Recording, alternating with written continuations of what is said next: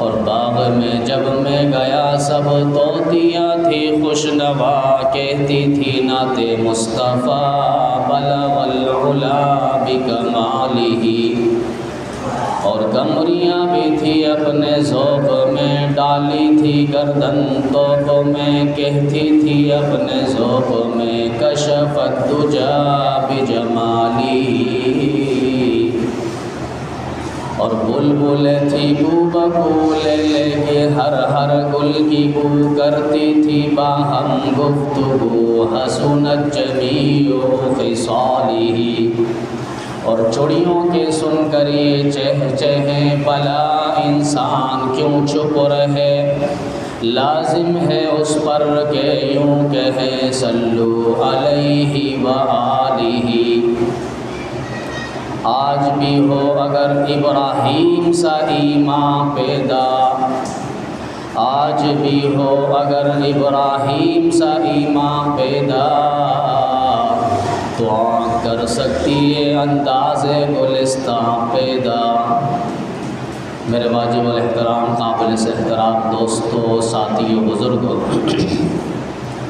قرآن پاک کی جو آیت اور احادیث نبویہ میں سے جو حدیث پاک تلاوت کی گئی ہے، بارگاہ الہی میں دعا ہے کہ خالق کائنات مالک لم یزل رب السماوات والارض قرآن و سنت کے مطابق کہنے کی، قرآن و سنت کے مطابق عمل زندگی بسر کی توفیق عطا فرمائے۔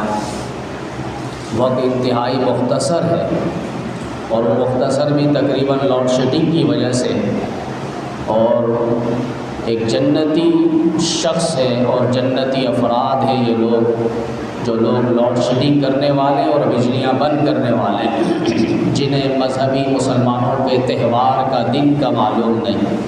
بارگاہ ان پر بول کر وقت کو ضیاع کرنے سے بچانے سے بہتر ہے ہم اپنی موضوعات چلائیں۔ تو وقت انتہائی مختصر ہے، اور اسی میں دو چار باتیں جو قربانی کے حوالے سے رکھی جائے گی کہ آج مسلمانوں کا دوسرا تہوار ہے جسے عید الاضحیٰ کہا جاتا ہے، اور اللہ تعالیٰ نے دونوں عیدوں کو عبادات سے جوڑا ہے، عید الفطر ہو یا عید الاضحیٰ ہو، دونوں کو اللہ تعالیٰ نے عبادات سے جوڑا ہے، اور مسلمان دونوں عبادات ادا کر کے خوشی کا اظہار عید کی صورت میں کرتے ہیں۔ اور عید الفطر کو رمضان مبارک کی عبادات سے جوڑا، اور عید الاضحیٰ کو حج اور قربانی جیسی عبادات سے جوڑا گیا ہے۔ وہاں رمضان کا روزہ، تراویح، ذکر، تلاوت، ان سب پر اللہ تعالیٰ نے فرمایا کہ تمہارے گناہ معاف کر دیے گئے، رب راضی ہو چکا ہے۔ اسی طرح یہاں پر حج جیسی عبادت اور قربانی جیسی عبادت کہ حج سے لوٹنے والا ایسا ہے جیسے اس کی ماں نے آج ہی جنا ہو، اور قربانی خون کا قطرہ گرتے ہی اللہ تعالیٰ سارے گناہ معاف کر دیتا ہے، یہ رب کی رضا ہے۔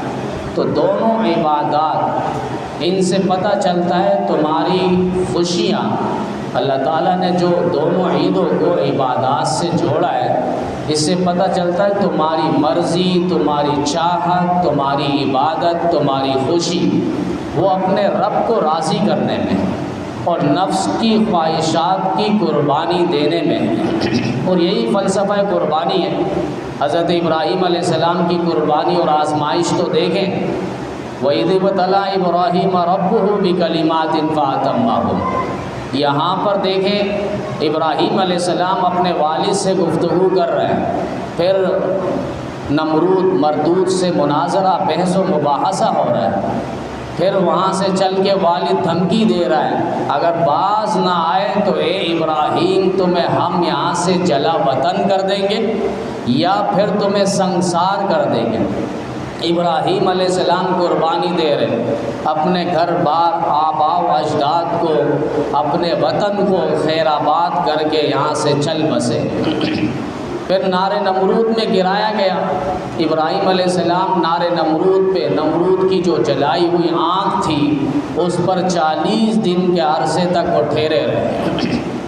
یہاں پر یہ قربانی، پھر بیوی بچوں کو صحرا میں، ریگستان میں بے یار و مددگار بغیر کسی مددگار کے چھوڑ کر چل بسے۔ پھر وہ بچہ جو 80 اور 82 سال بعد ابراہیم علیہ السلام کو مل رہا ہے، اور پھر خواب کے ذریعے یہ آزمائش کے ان کے گلے پہ چھری چلاؤ۔ ایک ہے جبرائیل کو بھیج دیتا اللہ، خواب کے ذریعے کیوں بتلایا گیا؟ وہ یہ بھی یاد رہے، اس پر بات ہو چکی ہے، ابراہیم علیہ السلام یا دیگر انبیاء کرام کا جو خواب ہے وہ بھی وحی ہے، وہ بھی پیغام الہی ہے، وہ قطعی اور یقینی ہے۔ ہم سب کا خواب وہ وحی نہیں، حجت نہیں، قطعی نہیں، یقینی نہیں۔ انبیاء کرام کا جو خواب ہوتا ہے وہ وحی کے درجے پہ ہوتا ہے، اور خواب کے ذریعے بتلانا در حقیقت ابراہیم علیہ السلام کی آزمائش کو، امتحان کو اور بڑھانا مقصود تھا کہ ابراہیم اپنے لخت جگر اسماعیل کے گردن پہ چھری چلاؤ۔ ابراہیم علیہ السلام اسماعیل کو لے کر قربان گاہ کی طرف چل پڑے، اور وہاں جا کر انہیں لٹایا، سیدھا نہیں الٹا لٹایا، چت لٹایا، اور بیٹے نے خود کہا، اسماعیل نے، ابا اگر چہرہ آپ کی طرف ہو، ایسا نہ ہو شفقت پدری جوش میں آئے اور آپ چھری نہ چلائے، لہٰذا مجھے چت لٹا دو۔ یہ ایسی باتیں کیوں ہو رہی ہیں؟ چونکہ ابراہیم علیہ السلام اللہ سے دعا مانگ رہے، رب ہب لی من الصالحین، اللہ مجھے نیک بیٹا دینا۔ انبیاء کرام کی دعاؤں کے اندر ایسے نقطے اور پوائنٹ کی باتیں ہوا کرتی ہیں، وہ اولاد تو مانگتے ہیں لیکن ساتھ ساتھ نیک صالح۔ یہی وجہ ہے کہ انہوں نے پھر جواب بھی ایسے دیے اسماعیل علیہ السلام نے، کہ جب حضرت ابراہیم علیہ السلام نے فرمایا کہ بیٹا میں نے خواب دیکھا ہے، میں تمہیں ذبح کر رہا ہوں، تمہارا کیا ارادہ ہے؟ تو بیٹے نے کہا، یا ابت فعل ما تؤمر ستجدنی ان شاء اللہ من الصابرین۔ اے ابا جان، آپ کر گزرے وہ جس کا آپ کو حکم دیا گیا ہے، عنقریب آپ مجھے صابرین میں، صبر کرنے والوں میں پائیں گے۔ یہ نیک صالح۔ آج ہم اپنی اولادوں کی تربیت نہیں کرتے، یہاں سے سبق ملتا ہے، قربانی کے ان فلسفوں کے اندر سبق ہے۔ ابراہیم علیہ السلام کی جو قربانی ہے، یہ صرف پوتوں اور نواسوں کو قصے اور کہانی سنانے کے لیے نہیں، اس کے اندر بہت سے اسباق ہے، میسیج ہے، پیغام ہے، زندگی ہے، کہ اولاد و نیک صالح مانگے، اولاد کی تربیت ہو۔ اولاد کی تربیت تب ہوگی جب ہماری اپنی تربیت ہو۔ آج تو فون اٹھاتے ہیں، کوئی فون کر رہا ہوتا، کہاں ہو؟ کہاں میں صدر میں ہوں، میں لالو کھیت، جب کہ وہ گھر پہ بیٹھا ہوا ہے لالا، اور کہہ رہا ہے کہ میں لالو کھیت میں ہوں۔ اب بچے سن رہے ہیں، اتنا سفید اور کالی جھوٹ یہ کہہ رہا ہے، یہاں گھر پہ بیٹھ کے کہہ رہا ہے کہ میں صدر میں ہوں، لالو کھیت میں ہوں۔ پھر یہی بچے بڑے ہو کر پھر وہی دھوکے باز اور فراڈ اور دجل قسم کے بنتے ہیں۔ پھر الامان والحفیظ، جیسے تبلیغی جماعت گئی اور کہ ایک گھر پہ انہوں نے دعوت دی، بولے بڑے کسی کو بلاؤ، بچی آئی تھی، اندر جانے کے بعد پھر واپس باہر آئی اور بچی نے کہا، ابو کہہ رہے ہیں ابو گھر پہ نہیں ہیں۔ ابو نے یہ کہہ دیا کہ جا کے کہو ابو گھر پہ نہیں ہے۔ اب بچی تو آ کے وہی کہے گی، بچی نے کہا ابو کہہ رہے ہیں ابو گھر پہ نہیں ہے۔ سمجھ گئے ابو گھر پہ باہر نہیں آئیں گے، جماعت پہ آنی نہیں ہے، نماز پہ آنی نہیں ہے۔ تو اب اس طرح اگر تربیت اولاد کی ہوگی تو پھر ہم الامان والحفیظ ہی پڑھیں، اور معاشرے کے لیے ایک لحاظ سے خونخوار درندہ اور بھیڑی ہم تیار کر رہے ہیں۔ ان کے لیے ضروری ہے کہ ہم نیک صالح کی دعا مانگیں اور نیک صالحین کی مجلس میں، صحبت میں ان کے اثر رسوخ برقرار رکھیں، تاکہ ان کی تربیت صحیح نشوونما ہو سکے۔ یہی ابراہیم علیہ السلام کا فلسفہ ہے، اور یہی اسماعیل علیہ السلام کا اس فلسفے کا نمونہ بننا ہے۔ ابراہیم علیہ السلام چھری چلا رہے ہیں، ابراہیم علیہ السلام چھری کے نیچے آ گئے، لیکن سوال پیدا ہوتا ہے، دونوں طرف نبی ہیں۔ ایک نبی چاہتا ہے چھری چلا دوں، دوسرا نبی چاہتا ہے اپنے گردن کٹوا دوں۔ ایک نبی چاہتا ہے ذبح کر دوں، دوسرا نبی چاہتا ہے ذبح ہو جاؤ۔ ایک نبی چاہتا ہے خون بہا دوں، دوسرا نبی چاہتا ہے خون نکلوا دوں۔ ایک نبی چاہتا ہے گردن کاٹ دوں، دوسرا نبی چاہتا ہے گردن کٹوا دوں۔ ایک سوال ہوتا ہے، خون نکلا کیوں نہیں، گردن کٹی کیوں نہیں، ذبح ہوئے کیوں نہیں، قربان ہوئے کیوں نہیں؟ حالانکہ دونوں طرف نبی ہے۔ آج لوگ اولیاء اور باباؤں کے ہاتھوں پہ اختیارات مانتے ہیں، یہ بھی ایک سبق ہے اللہ تعالیٰ دے رہے ہیں یہاں سے۔ ہم آٹے والے بابا، داغے والے بابا، پانی والے بابا اور پتہ نہیں کون کون سے بابا. پھر میں نے کہا تھا ضیاء الدین ہاسپٹل بند ہو جانا چاہیے، آغا خان ہاسپٹل بند ہو جانا چاہیے، لیاقت نیشنل ہاسپٹل بند ہونا چاہیے. کیوں اتنے بڑے بڑے بابا پھونک مارنے والے، شو شو کرنے والے عجیب و غریب بابا اور مگرمچھ والے بابا، یہ سارے بابا جن کو پہلا کلمہ صحیح نہیں آتا، لا الہ الا اللہ محمد الرسول اللہ، یہ پہلا کلمہ ہے. اب وہ پڑھتے لا الہ محمد پاک رسول اللہ، لا الہ محمد پاک رسول اللہ، یہ پہلا کلمہ پڑھ رہے ہیں. دوسرا کلمہ پوچھے تو قل اللہ احد پڑھتے ہیں. درود شریف پوچھے تو وہاں پہ 5واں کلمہ پڑھ رہے ہیں. 5واں کلمہ پوچھے تو اللہم صلی علی پڑھتے ہیں. یہ ہمارے بابا بنے ہیں اور ان کے پاس ایسے جم غفیر ہے. کسی نے کہا ان کے پاس تو اتنا رش ہوتا ہے، تو ہم نے کہا کہ پوٹی اور نجاست اور گندگی میں بھی دیکھ لینا کتنی مکھیاں بیٹھی ہوتی. یہ اتنا بیٹھنا اس کا کمال اور خوبیوں کی دلیل نہیں ہے. تو انبیاء کرام وہاں اولیاء کے ہاتھ پہ سارے اختیارات مانگ رہے ہیں. سارے ولی جمع ہو جائے ایک صحابی کے برابر نہیں، اور یہ سارے صحابہ جمع ہو جائے ایک نبی کے برابر نہیں. اور نبی کو اللہ نے یہ اختیار نہیں دیے، کہا چھری چلی نہیں، گردن کٹی نہیں، ذبح ہوئے نہیں. یہ اللہ تعالیٰ قربانی کا ایک فلسفہ بتلا رہے ہیں کہ اگر ذبح کرنا ہے، ذبح ہونا ہے، اس کے اختیارات صرف اللہ کے ہاتھ پہ. تو قربانی اس کا فلسفہ حضرت ابراہیم علیہ السلام یہی بتا رہے ہیں کہ اپنی چاہت کو قربان کر دو رب کی چاہت پر. آج سے ہی قربانی کا جو فلسفہ ہے وہ سمجھ لیں ہم کہ ہمارے دل کی جتنی ناجائز خواہشات ہیں اور جتنے بد نظری ہے موبائل کی صورت میں، ہم آج سب کو ذبح کر دیں. اپنی چاہت کو ذبح کر دیں، رب کی چاہت کو مقدم کریں، رب کی چاہت کو ہم ترجیح دیں اور رب کو راضی کریں. یہی قربانی کا فلسفہ ہے. حضرت صحابہ کرام رضوان اللہ تعالی علیہم اجمعین نے نبی علیہ السلام سے پوچھ لیا ما هذه الاضاحی، یہ قربانی کیا ہے؟ نبی علیہ السلام نے فرمایا هذه سنت ابیکم ابراہیم، تمہارے باپ حضرت ابراہیم علیہ السلام کی سنت ہے، یادگار لمحات ہے. کہا اس میں ملے گا کیا؟ لکل شعرۃ حسنہ، ہر بال کے برابر ایک نیکی ملے گی. آج تک کوئی سائنس پیدا نہیں ہوا جس نے ایک بکری کے، ایک دھمبے کے، ایک گائے کے بال کے حساب اور کوانٹٹی کی ہو. یہ کوئی بھی نہیں کر سکتا. اتنے بال پر اجر اللہ تعالیٰ دے رہے ہیں. یہاں تک کہ نبی علیہ السلام نے حضرت فاطمہ سے فرمایا فاطمہ جب قربانی ہو تو آپ سامنے پاس کھڑے ہو جائیں تاکہ قربانی کا جو خون کا پہلا قطرہ زمین پہ گرتا ہے اللہ تعالیٰ قربانی کرنے والے کے سارے گناہ معاف کر دیتا ہے. اور جو استطاعت اور وسعت اور گنجائش اور مال و دولت رکھنے کے باوجود قربانی نہ کرے، نبی علیہ السلام نے برہم کا اظہار فرمایا اور فرمایا وہ ہماری قربان عیدگاہ کے قریب بھی نہ آئے، ہماری خوشیوں میں وہ شامل نہ ہو.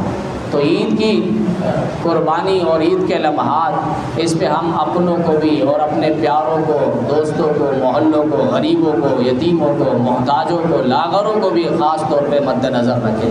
یہ ان کے لیے بھی ایک لحاظ سے سہارا اور آسرا ہے کہ ہم یہ عبادت کر رہے ہیں، گائیں کاٹ رہے ہیں تو اس میں سب سے پہلے کاٹتے وقت جو لٹاتے ہیں اس پہ قبلے کی طرح رخ کرتے ہیں. اگر ہو جائے تو اچھی بات ہے، نہیں تو اتنا بڑا جانور اگر گھمانے سے قبلے کی طرف نہیں ہوتا تو اسے چھوڑ دے، مستحب عمل ہے. ہم فرض سمجھ رہے ہوتے کہ قربانی عید کی قبلے کی طرف اگر نہیں رکھیں گے تو قربانی ہی نہیں ہوگی. بھئی قربانی خود واجب ہے، یہ بھی فرض نہیں ہے. اور قبلے کی طرف رخ کرنا صحیح بہتر یہ کہ اس کو بائیں کروٹ پہ لٹا دیا جائے، اس کا سر جو ہے جنوب کی طرف ہو اور پاؤں دم کا جو حصہ ہے دم کا وہ شمال کی طرف ہو. اور چھری پھیرتے ہوئے سارے بسم اللہ پڑھتے ہیں ٹھیک ہے، لیکن جو چھری چلا رہا ہے اس کا بسم اللہ اللہ اکبر کا پڑھنا یہ فرض ہے. اگر اس نے نہیں پڑھا جان بوجھ کے چھوڑ دیا تو قربانی تو چھوڑیں، جانور بھی حلال نہیں ہے. یہ جانور کا گوشت بھی حلال نہیں ہے، حرام ہے. مرغی والوں کو، کسائی والوں کو، دکانداروں کو بھی بتلا دیں کہ مرغی کاٹتے وقت صحیح طور پہ بسم اللہ اللہ اکبر پڑھ لیا کر. کسائی جو روز 12 مہینے دکانوں میں ہوتے گوشت وغیرہ کاٹتے ہیں، گائے وغیرہ کاٹتے ہیں، تو 4 رگوں کا کٹنا ضروری ہے. 4 میں سے 3 بھی کٹ جائے تب بھی قربانی حلال ہے، جائز ہے. لیکن 4 میں سے اکثر کا بھی کٹ جائے تب بھی جائز ہے۔ 4 میں سے آدھا اگر کٹے چاروں رگوں کا، یہ قربانی جائز نہیں ہے۔ 4 رگیں، ایک حلقوم میں سانس کی نالی، ایک مری ہے جس سے کھانا پینا اترتا ہے، یہ 2 نالی ہے، اس کے آس پاس ہی جس کو ہم کہتے ہیں اغل بغل، وہ آس پاس ہی 2 خون کی نالی ہے۔ یہ 4 رگیں ہیں، 4 رگوں کا کٹنا اور نالیوں کا کٹنا ضروری ہے۔ 4 میں سے 3 بھی کٹ جائے تب بھی جانور حلال ہے، لیکن کٹنے کے بعد فوراً کسائی کو روک لے، وہ چھری سینے پہ مارتے ہیں اور فوراً جانور کو ٹھنڈا کرتے تاکہ اور گائیں بھی لٹائے اور قربانی کرے اور اپنا پیسہ اڑو لے، تو وہ اس کے چکروں میں لگا ہوتا ہے، اس کے فوراً ہاتھ پیر باندھ دے یا روک لے، اس کو پیچھے لے جائے، بس اب جانور اپنے طور پہ ٹھنڈا ہو جائے۔ اتنا بڑا ہیوی جانور، اس کو ٹھنڈا ہونے میں ٹائم لگے گا۔ تو یہ 4 رگوں کا یا 3 رگوں کا کٹنا ہے۔ اس کے بعد گوشت ہے، اس کی تقسیم ہے۔ گوشت کی تقسیم میں جو آپ پورا بھی رکھ سکتے ہیں، وہ کوئی اس میں مستحب عمل یہ ہے کہ اس گوشت کو 3 حصوں میں تقسیم کر لیا جائے، اپنے لیے، غریبوں کے لیے اور رشتہ داروں کے لیے۔ بعض یہ سوال کرتے رشتہ دار بھی تو حصے میں شریک ہوئے ہیں، قربانی کر رہے ہیں، تو ہم نے کہا رشتہ دار وہ جو غریب ہے اور وہ حصے میں شریک نہیں ہے، انہوں نے قربانی نہیں دی، مالدار نہیں ہے، غریب ہے، ایسے رشتہ داروں کو تلاش کریں۔ یہ نہیں کہ ہم وہاں دیں گے تو وہاں سے آئے گوشت واپس، تو پچھلے سال ہم نے وہاں دیا تھا، اس سال ہم نہیں دیں گے، کیوں؟ ہمارے پاس وہاں سے گوشت نہیں آیا۔ یہ سوچ رکھ کر اگر ہم دیں گے تو کوئی ثواب نہیں ملے گا۔ رشتہ داروں میں جو غریب ہے، جو حصے میں شریک نہیں ہوئے، قربانی میں شامل نہیں ہوئے، ان لوگوں کو ڈھونڈ کر کوشش کرے ان تک پہنچائے تو صحیح ثواب مل جائے گا۔ باقی یہ کہ تینوں حصے نہ کرے، اپنے پاس رکھ لے، یہ بھی جائز ہے، لیکن مستحب ایک ثواب ہو جائے گا، گوشت کے 3 حصے کر لیے جائے، اپنے لیے، رشتہ داروں کے لیے، اور غریب جو محتاج ہے ان کو بھی اپنے حصوں میں شامل کر لیا جائے۔ اب مختصر سے نماز کا طریقہ، اس کے بعد نماز شروع ہوگی۔ نماز کا جو طریقہ ہے وہ عید کا، تو سب سے پہلے نیت ہے، میں نیت کرتا ہوں 2 رکعت نماز عید الاضحیٰ، واجب 6 زائد تکبیر کے، اس امام کے پیچھے رخ میرا کعبہ شریف کی طرف، اللہ کے واسطے اللہ اکبر۔ اگر یہ نہ بھی ہو، بس نیت کافی ہے کہ ہم آئے ہیں نماز عید پڑھنے کے لیے۔ اس کے بعد پہلی تکبیر ہوگی، اس کے بعد ہم ثنا پڑھیں گے، ثنا کے بعد تکبیر ہوگی، اللہ اکبر کہہ کے ہاتھ کو چھوڑ دینا ہے، دوسری تکبیر میں ہاتھ اٹھا کے چھوڑ دینا، تیسری تکبیر میں ہاتھ اٹھا کے باندھ لینا ہے۔ اس کے بعد امام قرات کرے گا، سورہ فاتحہ سورت پڑھے گا، رکوع سجدہ، پھر دوسری رکعت پہ کھڑے ہوں گے، کھڑے ہونے کے بعد امام اپنی قرات کرے گا، سورہ فاتحہ اور سورت، پھر رکوع میں جانے سے پہلے 3 تکبیر ہوگی جس میں ہاتھ کانوں تک اٹھا کے چھوڑ دینا ہے۔ چوتھی تکبیر میں ہاتھ کانوں تک اٹھانا نہیں ہے، ڈائریکٹ رکوع میں جانا ہے۔ اس کے بعد رکوع سجدہ، تحیات، درود شریف، توشیفات کی دعا، سلام پھیریں گے، اور اس کے بعد خطبہ ہوگا۔ اور یہی بہترین اور مسنون اور مستحب عمل ہے جو ہمارے شیخ مفتی ظفر علی خان صاحب رحمۃ اللہ علیہ کا بھی پسندیدہ عمل رہا ہے، دیگر اور اسلاف بزرگان دین کا بھی یہی عمل رہا ہے کہ وہ خطبہ پہلے پڑھتے ہیں، اس کے بعد دعا، چونکہ دعا اختتام پر ہی اللہ تعالیٰ قبول فرماتے ہیں۔ تو یہ مختصر عمل ہے۔ اللہ تعالیٰ ہم سب کی قربانی اور جتنے مسلمان عالم نے حج فریضہ ادا کی ہیں، اللہ تعالیٰ تمام کے حج فریضہ اپنی بارگاہ میں قبول فرمائے۔ نماز